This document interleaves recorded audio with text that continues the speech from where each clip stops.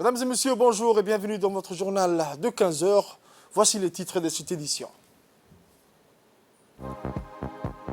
Déclaration du ministre de l'Environnement sur la participation de la délégation djiboutienne à la COP 27. Pour les actualités internationales, aux États-Unis, Donald Trump annonce sa candidature à la présidentielle de 2024. Les détails de ce journal présent, mesdames et messieurs, la Banque mondiale a présenté aujourd'hui à la salle de conférence du Centre de leadership et de l'entrepreneuriat sa deuxième édition de son bulletin sur la conjoncture économique de la République de Djibouti. Une analyse de l'équipe de la Banque mondiale sur l'état général de l'économie djiboutienne, son évolution récente, les perspectives à moyen terme et les risques ainsi les potentialités du secteur numérique de notre pays. La cérémonie a été co-présidée par le président de l'économie, M. Ilyas Moussa Dewale, et le représentant résident de la Banque mondiale à Djibouti, M. Boubacar Sid Barry. Cette nouvelle édition du document semestriel de la Banque mondiale sur la conjoncture économique de Djibouti est une analyse menée par un groupe d'experts de la Banque mondiale qui sort d'une enquête approfondie, fait les experts, qui fait référence également à plusieurs autres bulletins sur l'économie de Djibouti, publié par le gouvernement djiboutien ou des organisations régionales et internationales. Ce nouveau bulletin introduit d'abord que l'économie djiboutienne est en cours de redressement après les nombreux impacts confrontés comme le reste du monde. Cette progression est tirée par la mise en œuvre des programmes d'investissement privés et publics, mais également les réformes structurelles entreprises dans le cadre du plan national de développement mentionne le rapport de la Banque mondiale. Le rapport de la Banque mondiale détaille également les causes liées au ralentissement de l'activité économique pendant la période de la crise du Covid-19 et après présente les causes suivantes comme les pressions budgétaires sur l'effet des mesures d'atténuation de l'impact de la guerre en Ukraine, l'aggravation de la sécheresse, l'impact de la pandémie Covid-19 et hausse de services de dette. Le représentant résident de la Banque mondiale à Djibouti, M. Boubacar, ouvre la cérémonie avec quelques mots de bienvenue aux officiels et revient sur l'importance de la présentation officielle de la deuxième édition du bulletin de conjoncture économique fait par la Banque mondiale. Sur les tendances économiques du pays afin d'enrichir les discussions de politique économique avec le gouvernement et l'ensemble des acteurs économiques. Ce travail a été réalisé par une vaillante équipe qui a fait le déplacement à Djibouti, qui est composée de M. Eric Leborgne, qui est là, qui conduit cette mission, Eric Tchoukebound, qui est l'économiste principal, qui va faire la présentation, Yasmine Osman, qui fait partie de l'équipe, donc qui vont faire cette présentation aujourd'hui. Je vous le disais dans le titre, mesdames et messieurs, le ministre de l'Environnement et du Développement durable, son Excellence M. Mohamed Aboubakar Moussa Halem, a fait une déclaration sur la participation de la délégation djiboutienne au COP27, conduite par le président de la République, son Excellence El Hadj Ismaël Marguelé, et les différents points qui ont été discutés. Il a indiqué que Djibouti est en avance par rapport à d'autres pays en matière de la réduction des effets de serre sur la couche atmosphérique. On écoute le ministre. Cette COP, c'est une plateforme de discussion internationale dont tous les leaders du pays se retrouvent pour discuter de voies et moyens, contre le changement climatique. Donc, Djibouti a porté sa voix. Comme vous le savez, la problématique du changement climatique est un fléau aujourd'hui, est une menace grave pour tous les pays du monde. La COP 27 est un COP africain. C'est un COP africain et cette COP, comme on l'appelle, de mise en œuvre de l'accord de Paris de COP 21. Donc, Djibouti a fait savoir que pour réduire l'émission de gaz à effet de serre, nous avons entrepris pas mal de projets qui ont été investis dans l'interconnexion avec l'Éthiopie pour réduire bien sûr l'émission de gaz à effet de serre. Nous avons investi dans la géothermie, nous avons investi dans l'éolienne. Donc Djibouti va passer les caps de 0% de l'émission de gaz à effet de serre d'ici 5 ans. Comme vous le savez, nous attendons beaucoup de cette COP. Djibouti est victime, pourtant nous ne polluons pas. Toute l'Afrique, comme vous le savez, ne pollue pas autant. Nous sommes victimes d'inondations, de sécheresses répétitives. Nous sommes victimes de pertes de nos bétails. Nous attendons 3 objectifs pour lesquels Djibouti a porté sa voix. Le président a fait son allocution. Dans son allocution, il a bien noté l'avancement que nous avons fait dans ce domaine, mais aussi dans la création récemment du centre d'observatoire de recherche contre l'environnement et le climat. Donc Djibouti était très très en avance. Les 3 objectifs que nous attendons, c'est que les pays développés puissent réduire drastiquement l'émission des gaz à effet de serre, premièrement. Secondo, nous attendons à ce que les financements qui sont alloués aux pays qui sont touchés, surtout le financement d'adaptation, soit égal au financement d'atténuation. La plupart des financements que nous recevons aujourd'hui, plus de 75% vont dans l'atténuation, alors que 25% des financements que nous recevons vont directement dans l'adaptation. Il faut qu'il y ait une inégalité dans ce sens-là. Troisième chose que nous attendons de cette COP, c'est qu'on crée un mécanisme de finances pour compenser les pertes et dégâts que nous subissons, reconstituer nos infrastructures qui sont surtout endommagées. Quand vous voyez la corridor Djibouti-Galafi qui est endommagée par des bassins versants plus de 80%, nous n'avons pas de quoi reconstituer parce que ça demande beaucoup d'investissement. Donc ces mécanismes peuvent aujourd'hui reconstituer nos biens matériels et infrastructures très rapidement si le pays développé peut mettre en place. Dans une deuxième partie, le ministre Mohamed Abdelkader Moussa Helem a rappelé dans son intervention les différents points des discours du président de la République, auxquels il a mis au clair les 3 points des objectifs tant attendus des Djiboutiens. On réécoute le ministre.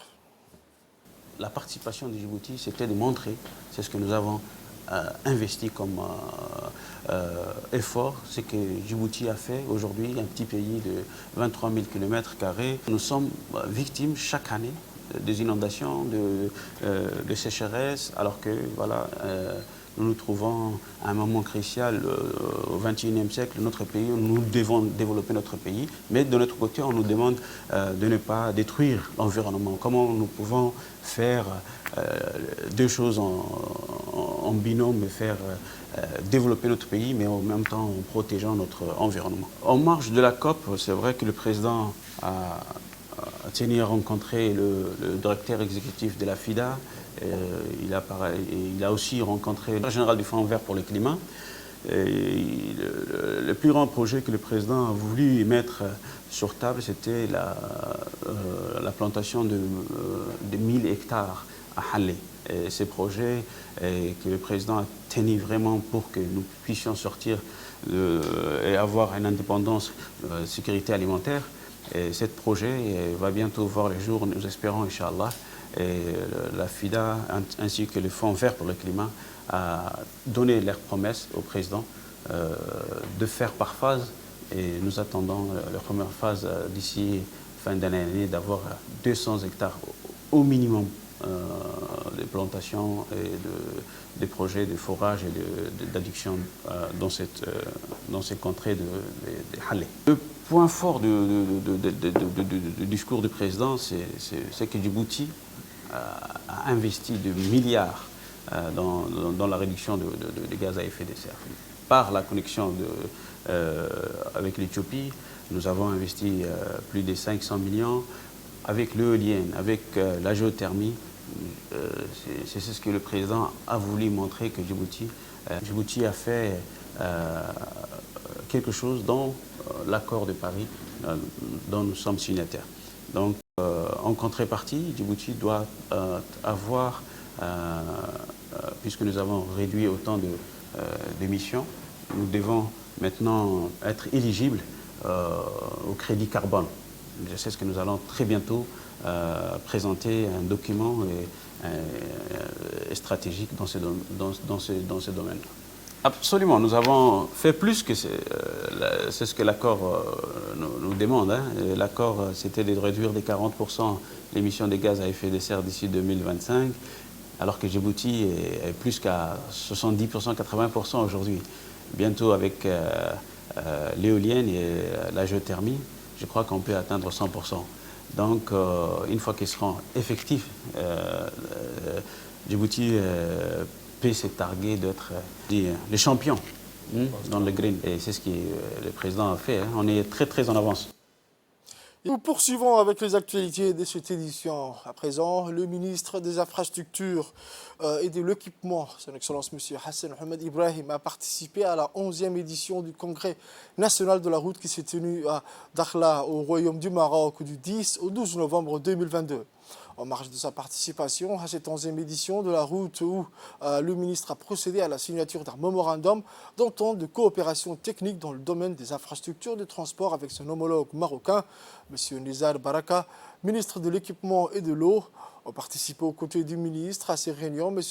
Mohamed Dohour, ambassadeur de la République de Djibouti au Royaume du Maroc, M. Souban Saïd Ismail, directeur général de l'agence djiboutienne de route, ainsi que la directrice générale du laboratoire central du bâtiment et de l'équipement, Mme Haji Rahima Ahmed Moussa. Ce congrès a marqué la participation de plusieurs acteurs du domaine ainsi que des représentants d'une vingtaine de pays arabes et du continent, en particulier les pays frères et amis du royaume marocain.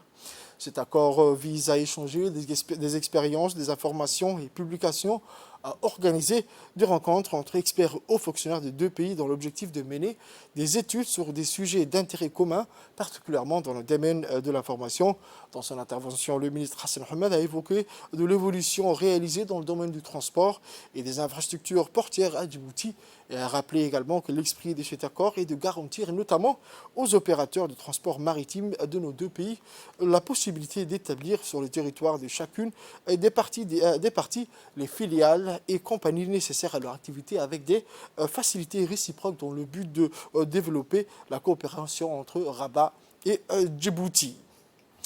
Le ministre délégué chargé de la décentralisation, M. Kassim Haroun Ali, a ce matin parrainé l'ouverture de l'atelier du lancement et de formation des membres du comité au pilotage et des acteurs clés qui se déroulait à la salle de conférence de l'INAP du 16 au 17 novembre 2023. A été présent, outre le ministre délégué de la décentralisation, M. Kassim Haroun Ali, le président de l'ANCLD et président du conseil régional de Tadjoura, M. Omar Hussein, le président du conseil régional également d'Obok, et la première maire adjointe, Mme Fatima, le président de la commune de Boulaous, M. Abdelkader Iman, ainsi que les membres du comité de pilotage de ce projet. La réalisation institutionnelle assortie d'un plan de développement institutionnel lancé par l'Association nationale de collectivités locales de Djibouti s'inscrit dans le cadre de la mise en œuvre du projet participation de la société civile à la gouvernance au développement local à Djibouti. Aussi, avec l'appui de deux consultants, un international et un national, va faire le point sur l'existant, nos forces, nos faiblesses et tracer pour les années à venir la feuille de route de notre organisation pour qu'elle devienne, à l'instar, comme j'ai dit, des autres pays, une association des collectivités locales qui répond aux critères des élus. Et pour cela, Excellence, Monsieur le Ministre, votre appui et votre accompagnement nous sera très utile parce que dans le renforcement de cette fêtière, l'appui de l'État est aussi capital. Et nous savons d'ores et déjà que nous pouvons compter sur vous, Monsieur le Ministre. C'est pour cela qu'aujourd'hui, nous vous demandons de porter la voix de la NCLD auprès de vos collègues et aussi auprès des autres institutions, ce qui va renforcer cette décentralisation portée par son Excellence le Président de la République, Al-Hajj Ismaïl Omar Guelleh. Non, le ministre, son Excellence, M. Kassim Haroun Ali. C'est pour moi un grand plaisir et un honneur de prendre la parole ce matin à l'Institut national administratif public, qui est l'INP, à l'occasion de l'ouverture de l'atelier de l'enseignement et de la formation de membres du comité de pilotage de l'ANCLD et des acteurs clés qui s'inscrivent dans le cadre de la mise en œuvre des projets. Le projet qui est participation de la société civile à la gouvernance et au développement local à Djibouti, financé par l'Union européenne. Je me réjouis d'autant plus de l'organisation de cet atelier qu'il a pour finalité le renforcement des capacités institutionnelles et des plaidoyers de l'ANCLD. Aussi, à l'issue de cette analyse structurelle et organisationnelle de la situation, notamment un diagnostic exhaustif de la situation au plan administratif, financier, patrimonial et humain, l'ANCLD devrait-elle bénéficier d'un renforcement nécessaire à l'amélioration de l'efficacité et de la qualité des services de l'association, ainsi que d'un plan quinquennal de développement institutionnel. Un plan qui devrait être calqué de tout point sur la feuille de route de la décentralisation, laquelle s'inscrit principalement dans les orientations du pilier de bonne gouvernance de la vision 2035 et dans les orientations institutionnelles et inclusives du plan national de développement qui reflète la vision du président de la République, son Excellence, M. Ismaïl Omar Guelleh. Mesdames et Messieurs, comme vous pouvez le constater, il est permis de souligner, en guise de conclusion, que l'ANCLD est désormais conçu comme partenaire indéniable dans la mise en œuvre du processus de la décentralisation et du développement local. La grande salle de réunion de la Chambre de commerce a abrité ce matin la deuxième journée de rencontres d'information et d'échanges entre les entreprises djiboutiennes de la place et les forces françaises stationnées à Djibouti. En présence du président de la Chambre de commerce de Djibouti, M. Youssouf Moussa Dewale, et le colonel Charlie Paulier, directeur des infrastructures des forces françaises stationnées à Djibouti, ainsi que des chefs d'entreprise djiboutiennes. La deuxième journée de ces rencontres a concerné aujourd'hui les infrastructures. Les deux parties ont pu échanger les informations nécessaires. Notre collègue Mustafa Ibrahim a interviewé Mme Bahjezaki, représentante de l'entreprise de son frère. On écoute. L'une des entreprises de désamiantage à Djibouti.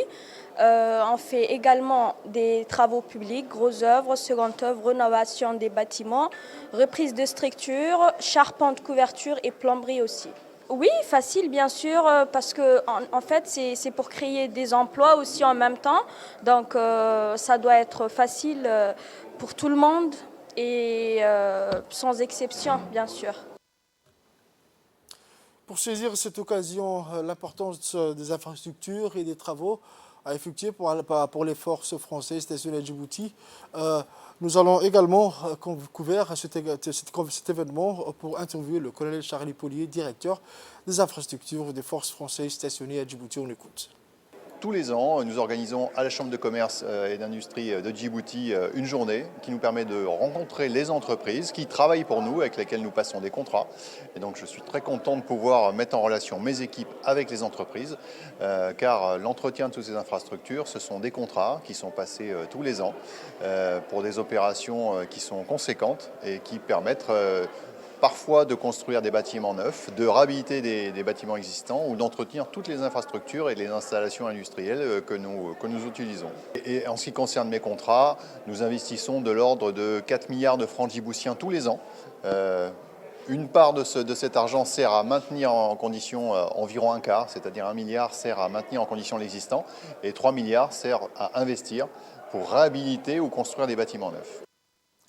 Ainsi, dans le contexte des activités de la 4e édition de la Semaine nationale des personnes à besoins spécifiques, l'Agence nationale des personnes handicapées a organisé, en collaboration avec l'Agence djiboutienne de la promotion de la culture, une formation sur l'initiative à la canne blanche au profit des 30 nécessiteux. En effet, conscient de l'utilité de cet outil pour déficients visuels, l'ANPH a pour la deuxième fois mis en œuvre un programme d'apprentissage. Dans son utilisation, présidée par le directeur général de l'ANPH, M. Doual Saïd Mahmoud. La cérémonie de lancement de cet atelier a été honorée par la présence du directeur par intérim, M. Mohamed Derkala, et M. Abdurrahman Abdoulaye Farah, le président de la Fédération djiboutienne du handisport, animateur du séminaire. Durant 10 jours consécutifs, les participants vont apprendre dans les aptitudes de base dans l'utilisation de la canne blanche. Cet outil à usage universel est non seulement comme un moyen de se repérer dans leur environnement spatial et de faciliter leur locomotion en évitant les obstacles, mais aussi un objet reconnu comme un symbole de la cécité afin d'indiquer cet handicap aux autres personnes pour qu'elles soient plus vigilantes à l'égard de son porteur, d'où éventuellement faciliter la communication. Pour plus d'informations sur les tenants et aboutissants de ces travaux de formation, à l'instar à présent du pays et le sous-patronage du ministère de la Santé, la journée internationale du diabète a été célébrée au grand pompe au chef-lieu de la région d'Arta, notamment aux locaux du lycée. À cette occasion, Dr Daïb Hussein Ardeye, médecin-chef du centre de santé communautaire d'Arta, a fait une projection pour mieux informer les participants les gestes à adopter sur le quotidien pour se protéger du diabète, comment le diagnostiquer, les risques de complications, les enjeux économiques pour les malades et plusieurs autres explications concernant cette maladie chronique caractérisée par la présence d'un excès de sucre dans le sang appelé hyperglycémie. Les autorités de la région, dont le président du conseil régional, M. Elmebou Goudadé, et le préfet adjoint, M. Mohamed Fouzi, ont participé à cette cérémonie de la célébration de la journée internationale du diabète. Dans le cadre de cette journée internationale du diabète, la cérémonie a été clôturée avec une séance de dépistage sur les diabètes au profit des participants.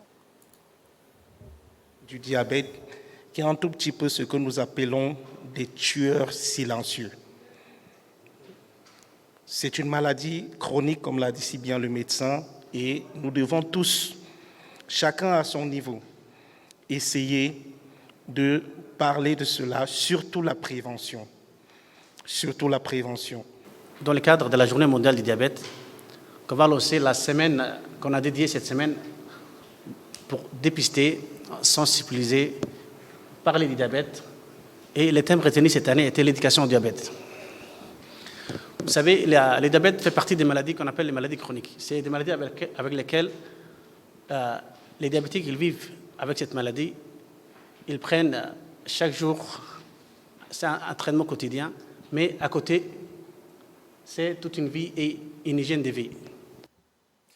Mag de ce journal, Djibouti, comme partout dans le monde, a célébré la journée mondiale du diabète le 14 novembre 2022. Un centre situé au PK12 prend en charge de manière gratuite les jeunes diabétiques et en effet un centre qui est à la pointe de la technologie en matière de diagnostic. Un reportage sur ce centre spécialisé dans le bilan de santé des diabétiques. On écoute. Nous sommes dans la commune de Balbala, au PK12, précisément où se trouve le centre pour jeunes diabétiques. Vers 8 h du matin, ces jeunes venus accompagnés de leurs parents quittent leur domicile pour rejoindre le centre où les attendent un diabétopédiatre, des médecins et infirmiers. Le rituel est immuable et revient une fois tous les 3 mois sur rendez-vous. Le docteur s'invite même dans le fil d'attente pour poser des questions aux parents de jeunes sur leurs états de santé.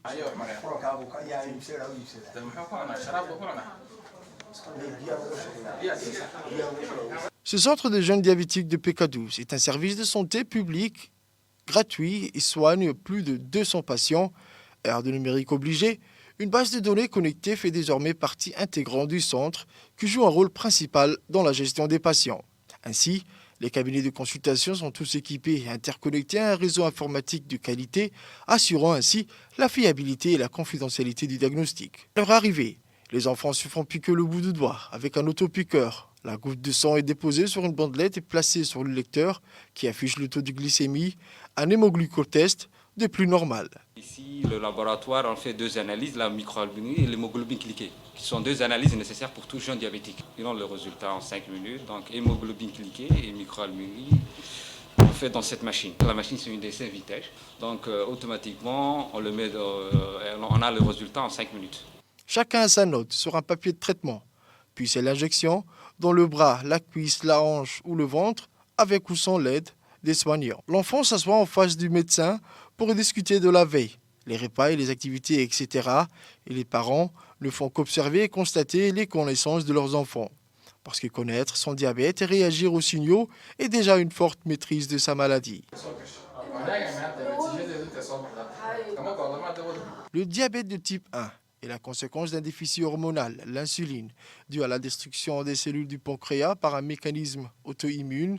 Le diabète de type 1 ne se guérit pas mais se soigne par l'administration d'insuline par stylo ou pompe à insuline. C'est pourquoi il est primordial de faire de l'éducation thérapeutique ludique pour accompagner l'enfant et ses parents, car il ne s'agit pas de soigner une maladie, mais de vivre avec toute sa vie. Selon les médecins, contrairement à d'autres maladies chroniques, le diabète de l'enfant est une maladie prégnante. Ici, c'est la salle d'éducation thérapeutique où on forme les patients, les enfants et les parents sur le diabète. Donc, dans cette salle a une capacité de 24 places. Donc, on peut accueillir 12 familles, c'est-à-dire un enfant et un parent. Objectif, leur apprendre à devenir autonomes, faire eux-mêmes leur surveillance et leurs soins tout en ayant une vie de leur âge. Une institutrice spécialisée est à leur disposition pour leur montrer que c'est possible, à condition d'avoir de bonnes connaissances sur le diabète et d'acquérir les bons gestes. Cet établissement médicalisé, destiné aux enfants et aux jeunes diabétiques, ne s'arrête pas là.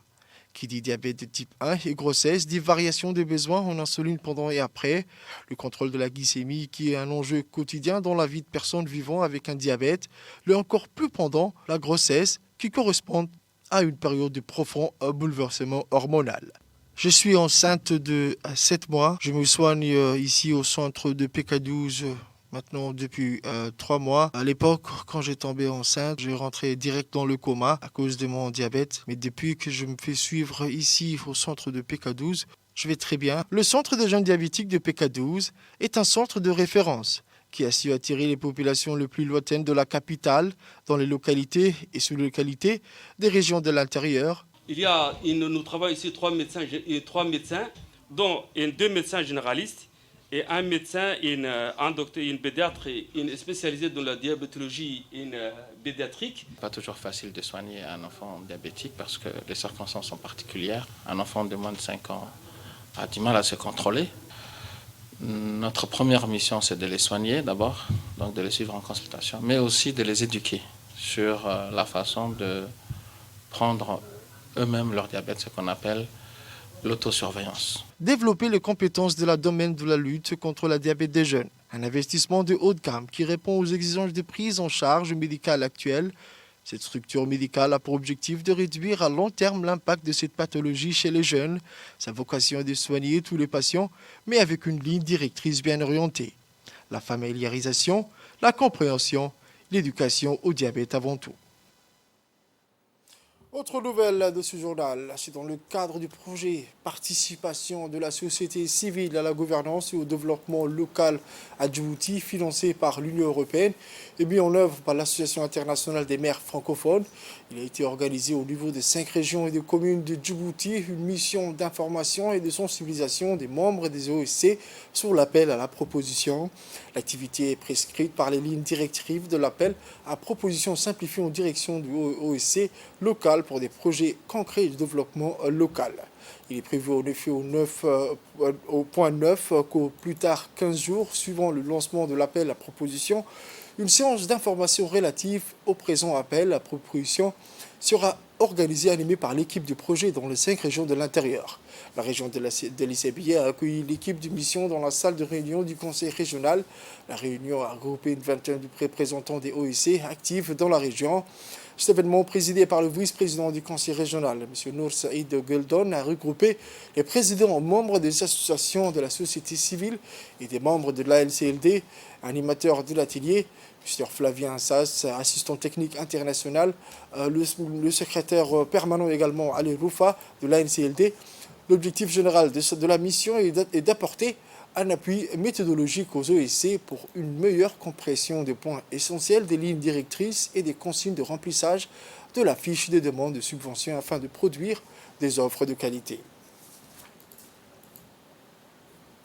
Fait divers de ce journal, les activités de lutte contre les trafics illégaux de produits de contrebande se sont intensifiées ces derniers jours où de nombreuses opérations réussies ont été enregistrées par la douane djiboutienne.